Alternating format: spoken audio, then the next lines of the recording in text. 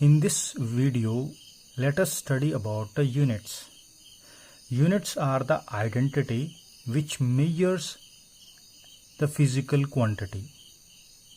So every physical quantity have their own units. Let's do this example. So I am having a length which is shown by this Q. I want to measure this length. So I am having to measure this length, I need a unit. So I am choosing this length as a unit. So now I will calculate this length is how many times this unit. So when I done this one, I found this unit is of 7 times. So our quantity becomes equal to 7 times the units. So similarly, this is for particular length.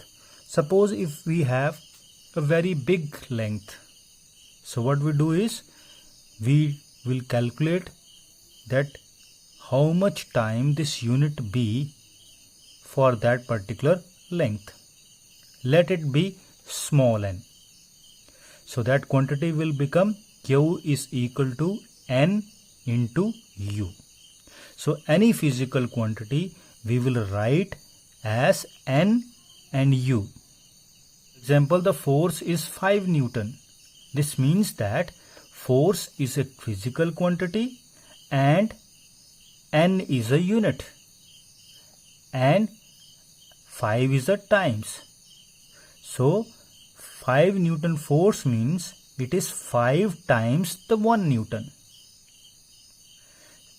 Let us understand more with another one example.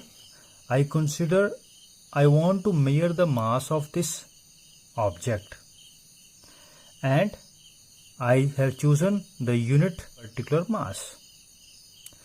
So I am having a weighing machine. So I put this and I will put large number of this type of balls in this side.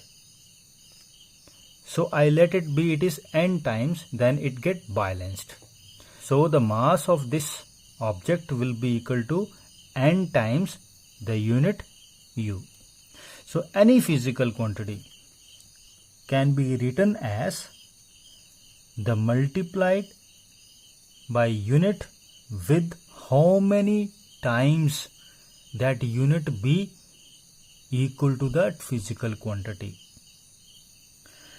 Now let us discuss what are the essential properties of a good unit. The first one is it should not change with time, place and physical condition. Mean with time its value or the physical thing remains constant. It should not change with place to place and physical condition. Physical condition means temperature, pressure. So on the application of temperature and pressure, the unit should not change. The second property is it should be easily reproducible. So when you go from one place to another one, there you can easily make the units. And third one is it should be easily accessible. Either it is a rich or poor, both can easily accessible the unit. The last one is it should be convenient in size. The size of the unit is such that it is convenient to use and universally acceptable. It should be acceptable to all. Now let us discuss first types of unit.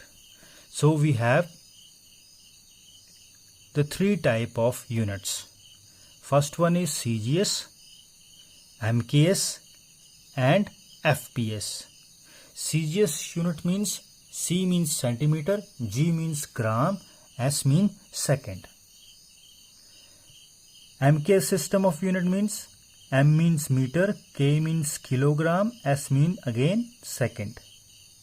So there is another one very different type of system of unit that is FPS. F means foot, P means pound, S means second. If anything is discovered in one nation cannot be interpreted well the other part of the world. So this creates a lot of confusion.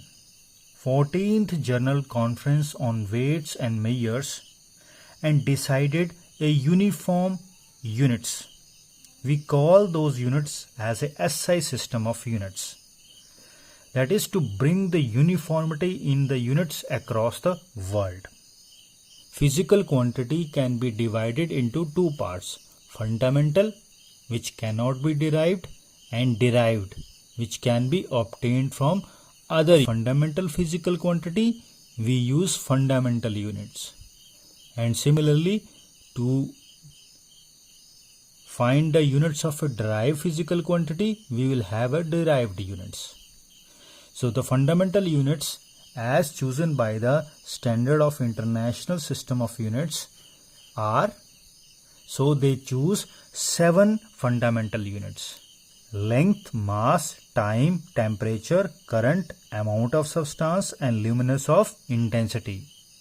Length to be measured in meter, mass to be measured in kilogram, time in second, temperature in Kelvin, current in ampere, and amount of substance in mole, and luminance of intensity in candela.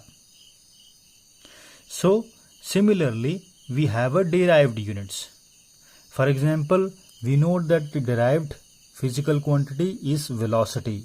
Velocity is made up of two fundamental physical quantity, that is distance and time, that is length and time. Velocity becomes meter per second. Similarly, another one, density is mass divided by volume. So mass is measured in kilogram and volume is measured in meter cube. Similarly, the force, we know that force is equal to mass into acceleration. So this is also a derived physical quantity, and the unit of this physical quantity will also be derived units.